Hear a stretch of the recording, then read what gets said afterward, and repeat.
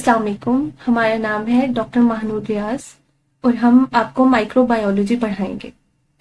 आज हमारा first lecture है, तो सबसे पहले हम कंटेंट्स देख लेते हैं। टोटल आपके जो है इसमें 12 चैप्टर्स आ रहे हैं। फर्स्टली हम इंट्रोडक्शन से स्टार्ट करेंगे, देन हम बैक्टीरिया, वायरस और फंजाई को पढ़ेंगे। आफ्टरवर्ड्स हम करेंगे microbiology of water, air and soil. उसके बाद हमने स्टेरिलाइजेशन पढ़नी है। स्टेरिलाइजेशन में हम ये देखेंगे कि कैसे हम बैक्टीरिया से अपनी पर्टिकुलर स्पेस को या पर्टिकुलर आपकी जो प्रोडक्ट है उसे बैक्टीरिया या माइक्रोब फ्री कर सकते हैं। आफ्टरवर्ड्स हम फर्मेंटेशन का प्रोसेस देखेंगे। उसके बाद जो आपके चैप्टर्स आ रहे हैं वो आपका इम्यूनोलॉजी से लिंक्ड है और आपकी वैक्सीन एंड सीराज है। ये आपका जो है ये आपकी कोर्स आउटलाइन है। अच्छा, तो आज जो सबसे पहले हम स्टार्ट करने वाले हैं वो है आपकी माइक्रोबायोलॉजी, उसका इंट्रोडक्शन कि माइक्रोबायोलॉजी होती क्या है। जो आपकी माइक्रोबायोलॉजी का वर्ड है ये बेसिकली ग्रीक वर्ड से ड्राइव हुआ है, जिसमें फर्स्ट वर्ड जो है वो माइक्रो है, जो माइक्रोन से ड्राइव हुआ है। माइक्रोन का मतलब होता है स्मॉल। तो जो आपकी स्मॉल पार्टिकल्स की स्टडी होती है उसको बेसिकली हम कहते हैं माइक्रोबायोलॉजी। अब ये जो अगर आप इसे 3 सेगमेंट्स में डिवाइड करें, पोर्शंस में डिवाइड करते हैं। फर्स्ट वर्ड आ गया माइक्रोन, जो कि जिसका मतलब होता है स्मॉल। सेकंड वर्ड है बायो, बायो का मतलब होता है लाइफ। एंड थर्ड पोर्शन है ओलॉजी, ओलॉजी कहते हैं स्टडी को। तो study of small living organisms को बेसिकली हम डील करते हैं under the scope of microbiology. अब इसमें जो हमने देखनी है चीजें, वो हम उस जो भी आपके स्मॉल माइक्रोब्स हैं जिन्हें हम अंडर माइक्रोस्कोप स्टडी करते हैं, उन सब की हम देखेंगे कि उनके हार्मफुल इफेक्ट्स क्या हैं, उनके बेनिफिशियल इफेक्ट क्या है, उनका स्ट्रक्चर क्या है। हम उनकी एक कंप्लीट स्टडी करेंगे और सो दैट हमें पता चल सके कि आइदर वो डिजीज कॉजिंग है या उनसे हम कोई बेनिफिशियल और उससे कोई हम क्या करेंगे और हम उससे कोई बेनिफिट ले सकते हैं या नहीं ले सकते। अब जो आपके माइक्रोब्स हैं,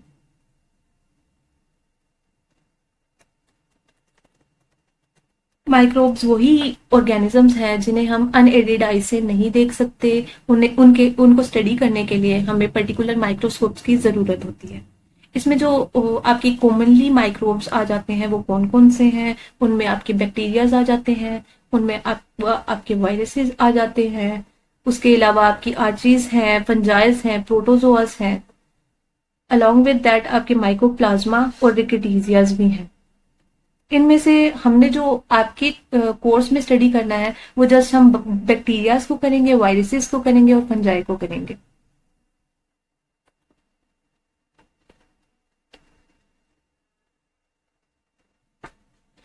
जो बेसिक आपके माइक्रोब्स हैं उन्हें हम मेन 3 डोमेन्स में डिवाइड करते हैं, जिनमें आपके बैक्टीरियाज आ जाते हैं, आर्चीज आ जाते हैं और तीसरे आपके यूकैरियोटा आ जाते हैं। तो जो बैक्टीरियाज और आर्ची हैं ये बेसिकली आपके मोस्टली यूनिसेलुलर होते हैं, प्रोकैरियोट्स होते हैं, ठीक है। और जो आपका थर्ड आता है यूकैरियोटा वाला, ये आपके मल्टीसेलुलर होते हैं। इनमें भी सर्टेन जो होते हैं यूनिसेलुलर भी हो सकते हैं and as well as multicellular भी हो सकते हैं। इन्हीं में से एक आपकी जो आर्ची आती है, आर्ची बैक्टीरिया, उनकी यहाँ पर एग्जाम्पल दी हुई है, that is they are thermoacidophiles. ये जो है रेड रॉक्स वगैरह में, सुपर एक्सट्रीम इन्वायरमेंट में ये ग्रो करते हैं और रेड रॉक्स के अंदर ये प्रेजेंट होते हैं। अब हम थोड़ा सा देख लेते हैं हिस्ट्री आपकी माइक्रोबायोलॉजी की कि इसका स्टार्ट कहाँ से हुआ। सबसे पहले आपके एक साइंटिस्ट थे जिनका नेम था रॉबर्ट हुक। उन्होंने 1665 में सबसे पहले माइक्रोस्कोप जो था यूज किया था और उन्होंने किस चीज को स्टडी किया था, उन्होंने कॉर्क को स्टडी किया था। उन्होंने कॉर्क लिया और कॉर्क के अंदर उन्हें शेप्स नजर आई, स्मॉल शेप्स। उन्होंने उसको नेम दिया सेल्स का। अब ये जो सेल्स उन्हें नजर आए उससे उन्हें आइडिया हुआ कि आप माइक्रोस्कोप की हेल्प से जो है स्मॉल, जो भी आपके पास मटेरियल है उसका स्मॉल जो है कंटेंट उसे विजुअलाइज कर सकते हैं, और ये हमें फर्दर बहुत सारी चीजों को अंडरस्टैंड करने में हेल्प आउट कर सकता है। ये थी कंट्रीब्यूशन रॉबर्ट हुक की। नेक्स्ट जो है आपका, उसके बाद आपके 1670 का एरा आ जाता है जो था लेवेन हुक का। उन्होंने सबसे पहले सिंगल लेंस माइक्रोस्कोप को इन्वेंट किया। इन्वेंट करने के बाद ऑलमोस्ट अराउंड 1674 तक उन्होंने स्मॉल माइक्रोब्स की स्टडी स्टार्ट की। उन्होंने फर्स्टली इन्हें नेम दिया एनिमल क्यूल्स का। एनिमल क्यूल्स का मतलब था tiny micro organisms. Almost around 1723 तक उन्होंने बहुत सारी जो स्मॉल माइक्रोब्स हैं उन पर स्टडी किया, जिनमें से प्रोटोजोअस था, पैरामेशियम था, एमीबा था। उन्होंने इसका जो स्ट्रक्चरल आउटलाइन भी प्रोवाइड की और इनकी जो वेरियस पार्ट्स थे उनको भी स्टडी किया। ये हमारे कुछ साइंटिस्ट की कंट्रीब्यूशन थी। उसके बाद हमने देखना है माइक्रोबायोलॉजी का स्कोप। उसका स्कोप अभी हम उसकी यूटिलाइजेशन कहाँ कहाँ कर रहे हैं और इन फ्यूचर हमारे पास इसकी कैसे कैसे यूटिलाइजेशन हो सकती है। अच्छा, हम सबसे पहले तो ये है कि हम माइक्रोबायोलॉजी को इसलिए स्टडी करते हैं सो दैट हम इन माइक्रोब्स को एक तो ये देखें कि ये हमारी इन्वायरमेंट पे इनका क्या इफेक्ट है, ये कैसे हमारी इन्वायरमेंट में कंट्रीब्यूट कर रहे हैं, इन अ पॉजिटिव वे कर रहे हैं या इन अ नेगेटिव वे कर रहे हैं। जैसे कि कुछ हमारे पास माइक्रोब्स आते हैं वो डिजीज कॉज करते हैं ह्यूमंस में, प्लांट्स में और एनिमल्स में। अब जब हमें उस पर्टिकुलर ऑर्गेनिज्म का पता होगा तो ही हम उसके अगेंस्ट अपनी जो भी थेरेपी है वो डिजाइन कर सकते हैं। तो सो दैट सबसे पहले उस माइक्रोब को स्टडी करना हमारे लिए इम्पोर्टेंट होता है। सेकंड स्टेप में हम सेकंड स्टेप में ये देखते हैं कि कौन से ऐसे माइक्रोब्स हैं जिन्हें हम यूज करके अपनी कोई भी जो आपकी थेरेपी है उसे डिजाइन कर सकते हैं। जैसे कि हमारे पास वैक्सीन वगैरह की एग्जांपल आती है जो हम एक माइक्रोब को यूज करके प्रोड्यूस करते हैं। हमारी जो अगर हम डिफरेंट प्रोसेसेस देखें या डिफरेंट इंडस्ट्रीज देखें, जैसे कि हमारी फूड इंडस्ट्री है, उसमें भी हमारा जो है बहुत ज़्यादा इसका लिंक्ड है। जैसे कि हमारी फर्मेंटेशन का प्रोसेस है, फर्मेंटेशन ऑफ जूसेस हैं, मिल्क है, इन सब में क्या यूज हो रहा है? इन सब में एक माइक्रोब यूज हो रहा है जो कि बेसिकली शुगर्स को कन्वर्ट कर देता है अल्कोहल्स में एंड एसिड्स में, और वो फिर पर्टिकुलरली उसकी हेल्प से हम एक पर्टिकुलर प्रोडक्ट प्रोड्यूस करते हैं। ये जो प्रोसेसेस हैं ये तो डेकेड से यूज होते आ रहे हैं। अब फार्मास्यूटिकल इंडस्ट्री की अगर हम बात करें तो इसमें जैसे कि अभी हमने आपको पर्टिकुलर एग्जांपल दी वैक्सीन की, कि वैक्सीन की प्रोडक्शन जो है वो माइक्रोबायोलॉजी की स्टडी के बगैर पॉसिबल ही नहीं है। एज वेल एज अगर हम डिफरेंट आपकी एंटीबायोटिक्स की बात करें तो उनकी प्रोडक्शन में भी हमारे पास डिफरेंट माइक्रोब्स हैं, वो हेल्प आउट करते हैं। थर्ड जो चीज है वो है स्टेरिलिटी ऑफ प्रोडक्ट या स्टेरिलाइजेशन की। जब हम बात करते हैं तो जो माइक्रोब्स हैं वो बेसिकली स्पॉइलेज ऑफ प्रोडक्ट्स या डिग्रेडेशन ऑफ प्रोडक्ट्स के लिए रिस्पॉन्सिबल होते हैं। तो अब हमारा काम ये है कि हम कैसे अपनी प्रोडक्ट को, चाहे वो फार्मास्यूटिकल प्रोडक्ट है या कोई फूड प्रोडक्ट है, उसे हम प्रोटेक्ट कर सकते हैं माइक्रोब्स से, सो दैट उसकी डिग्रेडेशन ना हो या उसमें कोई भी चेंजेस या स्पॉइलेज ना आए। तो इसलिए भी हमारे पास ये है कि हम उनको स्टडी करते हैं माइक्रोब्स को, सो दैट हम ऐसे वेज निकाल सके जिनके थ्रू हम उस प्रोडक्ट को माइक्रोब फ्री कर सकते हैं। एक होता है आपकी स्टेरिलिटी या स्टेरिलाइजेशन का प्रोसेस, एक होता है आपका डिसइंफेक्शन का प्रोसेस। स्टेरिलाइजेशन के प्रोसेस में हम कंप्लीटली बैक्टीरिया, आप कह लें कंप्लीटली पैथोजन फ्री कर देते हैं उस प्रोडक्ट को। जबकि डिसइंफेक्शन के प्रोसेस में क्या होता है, डिसइंफेक्शन के प्रोसेस में वो सेल तो मर जाता है लेकिन उसकी कुछ स्पोर्स जो होते हैं वो रिमेन रहते हैं। ठीक है। तो ये बेसिकली स्टेरिलिटी में और डिसइंफेक्शन में डिफरेंस होता है, और ये दोनों प्रोसेसेस डिफरेंट आपके कह लें डिफरेंट यूनिट्स में या डिफरेंट फार्मास्यूटिकल्स की प्रिपरेशन में यूज होते हैं। अब आगे अगर हम इंजेक्शंस को देख लें तो इंजेक्शंस में भी बाकी टैबलेट्स और जो आपकी सस्पेंशंस वगैरह हैं या कोई भी डोजेज फॉर्म है, उनके साथ साथ इंजेक्शंस में भी आपकी स्टेरिलिटी बहुत मैटर करती है।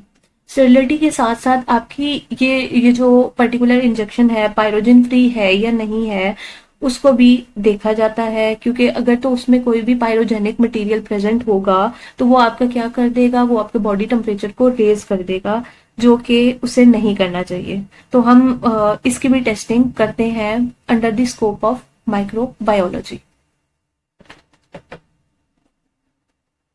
अच्छा, अब जो इसका माइक्रोबायोलॉजी का अगर हम फ्यूचर देखें तो इसका ये बहुत डाइवर्स सी फील्ड है। इससे हम बहुत सारी यूटिलाइजेशंस ले सकते हैं, जैसे कि हमारा जेनेटिक इंजीनियरिंग का आ जाता है, जैसे हमारे वैक्सीन्स एंड सीरस का जो इससे लिंकेज है वो आ जाता है, एज वेल एज अगर हम देखें वाइटामिन की डिस्कवरी, वो भी हम पर्टिकुलर माइक्रोब्स को लेकर करते हैं। उसके अलावा अगर हम स्पेस ट्रैवलिंग की बात करें या हम ये एयरक्राफ्ट की बात करें तो उसमें भी बेसिकली सर्टेन माइक्रोब्स को यूज करके ही उधर फूड ग्रो करवाई जाती है।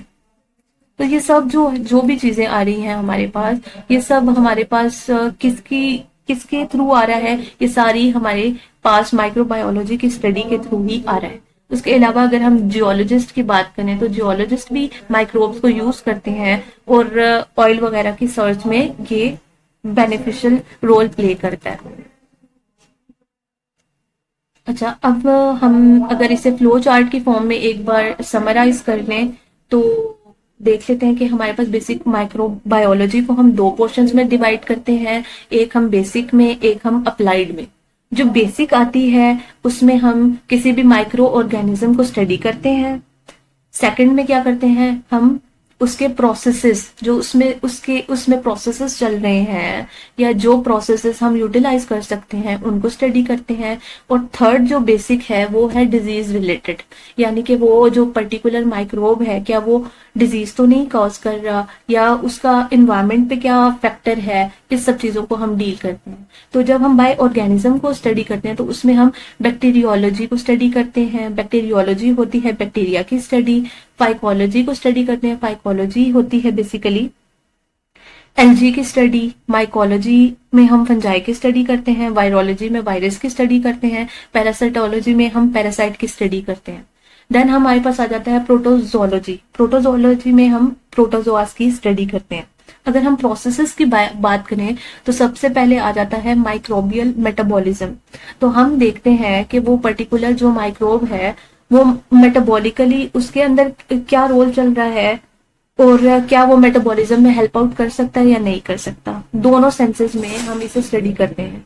सेकंड जो स्टेप है उसमें हम पढ़ते हैं माइक्रोबियल जेनेटिक्स, कि कैसे हम उसका कैसे एक जो आपकी ये जो पर्टिकुलर ऑर्गेनिज्म है ये अपने आप को रिप्रोड्यूस करते हैं और कैसे इनके जेनेटिक मटेरियल को हम यूज करके एक पर्टिकुलर प्रोडक्ट बना सकते हैं या हम उसे बेनिफिशियल वे में यूटिलाइज कर सकते हैं। जो थर्ड है वो है डिजीज लिंक्ड, ठीक है, कि अब हम ये जितनी हमने चीजें पढ़ी bacteria, virus, LG and everything, अब हम ये देखेंगे कि इम्यूनोलॉजी में यानी कि इम्यून सिस्टम में आपके इम्यून सिस्टम पर ये कैसे इफेक्ट करते हैं, इम्यून सिस्टम इसे कैसे इनिशिएट हो जाता है, इसे कैसे इन चीजों को कैसे कॉम्बैट करने की कोशिश करता है एंड एवरीथिंग। देन आपके पास आ जाती है एपिडेमियोलॉजी। एपिडेमियोलॉजी में भी हम यही देखते हैं कि आपकी इसकी जो जैसे कोई पर्टिकुलर वायरस है या कोई बैक्टीरिया है वो कितने टाइम में ग्रो कर रहा है, उसका एक पर्टिकुलर एनवायरनमेंट पे क्या असर है और क्या कितनी, अगर वो कोई डिजीज कॉजिंग बैक्टीरिया है तो वो कितनी जल्दी या उसे कितना टाइम स्पेंड चाहिए उस पूरे एरिया को इफेक्ट करने में। ये सारी जितनी भी स्टडीज होती है हम एपिडेमियोलॉजी के अंडर पढ़ते हैं। देन आपके पास आ जाता है ईटियोलॉजी। ईटियोलॉजी में हम पॉजिटिव एजेंट्स सर्च करते हैं कि पर्टिकुलर डिजीज के लिए कौन सा पर्टिकुलर माइक्रोब रिस्पॉन्सिबल है। अब हम आ जाते हैं अप्लाइड माइक्रोबायोलॉजी की तरफ। जब हम अप्लाइड माइक्रोबायोलॉजी की तरफ आते हैं तो उसमें भी हमारे पास 3 पोर्शंस हैं। फर्स्ट में हमारे पास डिजीज रिलेटेड है, सेकंड हमारे पास इन्वायरमेंट रिलेटेड है और थर्ड हमारे पास इंडस्ट्री है। अगर हम इंडस्ट्री को देखें तो उसमें जैसे अभी हमने डिस्कस किया कि फूड एंड बेवरेज इंडस्ट्री में फर्मेंटेशन के प्रोसेस के लिए या फिर हमारे पास जो ब्रेड की फॉर्मेशन है उसके लिए हम डिफरेंट माइक्रोब्स को यूज करते हैं। फार्मास्यूटिकल इंडस्ट्री में जैसे वैक्सीन सीरस की प्रिपरेशन में यूज करते हैं, हम एंटीबायोटिक्स की प्रिपरेशन में माइक्रोब्स को यूज करते हैं। देन हमारे पास आ जाता है माइक्रोबायोलॉजी और जेनेटिक इंजीनियरिंग। अब इन ये जो जेनेटिक इंजीनियरिंग है इसमें हम डिफरेंट माइक्रोब्स को यूज करके एक अपनी पर्टिकुलर प्रोडक्ट डिजाइन करते हैं। ठीक है। इन्वायरमेंट रिलेटेड में अगर देखें तो हम ये देखते हैं कि आपका ये जो पर्टिकुलर माइक्रोब है इसका इन्वायरमेंट पे क्या असर है, इसको या फिर हम किसी माइक्रोब को यूज करके कैसे अपनी इन्वायरमेंट में हम अच्छे असरात मुरतब कर सकते हैं। ठीक है। सेकंड पे आपका आ जाता है डिजीज रिलेटेड। उसमें हम यही देखते हैं कि जो हमने अभी इम्यूनोलॉजी या एपिडेमियोलॉजी या इटियोलॉजी बेसिक में पढ़ी थी, अब उसके थ्रू हम कैसे किसी इन्फेक्शन को कंट्रोल कर सकते हैं और कैसे अपनी कीमोथेरेपी जो भी पर्टिकुलर डिजीज के अगेंस्ट है उसे डिजाइन कर सकते हैं और प्रिवेंशन भी हम कैसे कर सकते हैं। तो ये बेसिकली 2 पोर्शंस हैं आपके बेसिक और अप्लाइड के माइक्रोबायोलॉजी के। अब एक बार हम इसकी जो भी इम्पोर्टेंस है उसे एक बार समराइज कर देते हैं। इसमें सबसे पहले जैसे अभी हमने देखा कि फर्स्ट पे आ जाता है एंटीबायोटिक की प्रोडक्शन। जैसे स्पेसिफिकली अगर हम देखें तो पेनिसिलिन की प्रोडक्शन में डिफरेंट माइक्रोब्स का यूटिलाइजेशन होता है। सेकंड आपका स्टेप क्या है कि प्रोडक्शन ऑफ एंजाइम्स में, वैक्सीन में, अल्कोहल्स में और डिफरेंट फार्मास्यूटिकल प्रोडक्ट्स में। थर्ड आपका आ जाता है डायग्नोस्टिक टेस्टिंग में और ट्रीटमेंट में। तो डायग्नोसिस ऑफ डिजीज में या ट्रीटमेंट में हमारे पास डिफरेंट टेस्ट यूज किए जाते हैं, जिनमें से मोस्ट कॉमनली आपके एलाइजा है और विडाल टेस्ट है। अब ये जो एलाइजा टेस्ट होता है ये है एंजाइम लिंक्ड इम्यूनोसॉर्बेंट एसे। अब इसमें हम क्या करते हैं, या तो एंटीजीन या एंटीबॉडी की हम डिटेक्शन करते हैं इन दी पेशेंट सैंपल। ठीक है। तो और सेकंड आपका आ जाता है विडाल टेस्ट। विडाल टेस्ट में हम एक जो आपके पर्टिकुलर जो है सैल्मोनेला टाइफी उसका हम टेस्ट करते हैं इन द पेशेंट सीरम और हम चेक करते हैं कि क्या उस सीरम में उसके अगेंस्ट एंटीबॉडीज प्रोड्यूस हुई हैं या नहीं हुई। ठीक है। थर्ड जो आपका फोर्थ आ जाता है वो है इंडस्ट्रियल वेस्ट और मटेरियल की ट्रीटमेंट में। ठीक है। बहुत सारे माइक्रोब्स को हम यूटिलाइज करके इंडस्ट्रियल वेस्ट को क्या करते हैं, उसे डिग्रेड करने की या उसे रीयूज करने की ट्राई करते हैं। फिफ्थ में आपकी जो प्लांट ग्रोथ प्रमोशन है, बहुत सारी ऐसी प्रोडक्ट्स बनाई जाती हैं जो माइक्रोब्स लिंक्ड होती हैं और वो क्या करती हैं प्लांट ग्रोथ में या आपकी एग्रीकल्चर डिपार्टमेंट में हेल्प आउट करती हैं उसकी प्रोडक्शन में। देन आपकी स्टेरिलिटी ऑफ प्रोडक्ट है, ये हम ऑलरेडी डिस्कस कर चुके हैं। 9th पे आप लोगों का आ जाता है स्टीरॉइड्स बायो ट्रांसफॉर्मेशन। इसमें यही है कि आपके डिफरेंट जो हार्मोन्स हैं, प्रोजेस्टेरॉन, टेस्टोस्टेरोन्स, उनकी भी जो प्रोडक्शन हो रही है उसमें भी ये जो आपके माइक्रोब्स हैं उनका रोल है। ठीक है। फिर है then identification of microorganisms. ठीक है। उनका कल्चर किया जाता है, स्टडी, रिसर्च, इन सब के लिए, तो वहां पर भी इसकी यूटिलाइजेशन है। टेस्टिंग ऑफ फार्मास्यूटिकल्स की बात करें तो उधर भी हम वेरियस जब टेस्टिंग करते हैं फार्मास्यूटिकल्स की क्यूसी एनालिसिस और क्यूसी टेस्टिंग, तो उसमें पायरोजिन टेस्ट भी किया जाता है, उसमें स्टेरिलिटी टेस्ट भी किए जाते हैं एंड एवरीथिंग। तो उधर भी इस माइक्रोबायोलॉजी के का रोल आ जाता है। देन हम स्टेरिलाइजेशन है लास्ट पे, और स्टेरिलाइजेशन को हम ऑलरेडी डिस्कस कर चुके हैं। तो ये आज आपका पर्टिकुलर ये फर्स्ट लेक्चर था जिसमें हमने जस्ट देखा कि माइक्रोबायोलॉजी होती क्या है, उसका स्कोप क्या है और उसकी इम्पोर्टेंस क्या है। हम जो प्रॉपर आपकी जो लेक्चर है वो कल से स्टार्ट होंगे। कल हम बैक्टीरिया जो है आपका फर्स्ट मेन टॉपिक, उससे हम स्टार्ट लेंगे। सो अल्लाह हाफिज फॉर नाउ।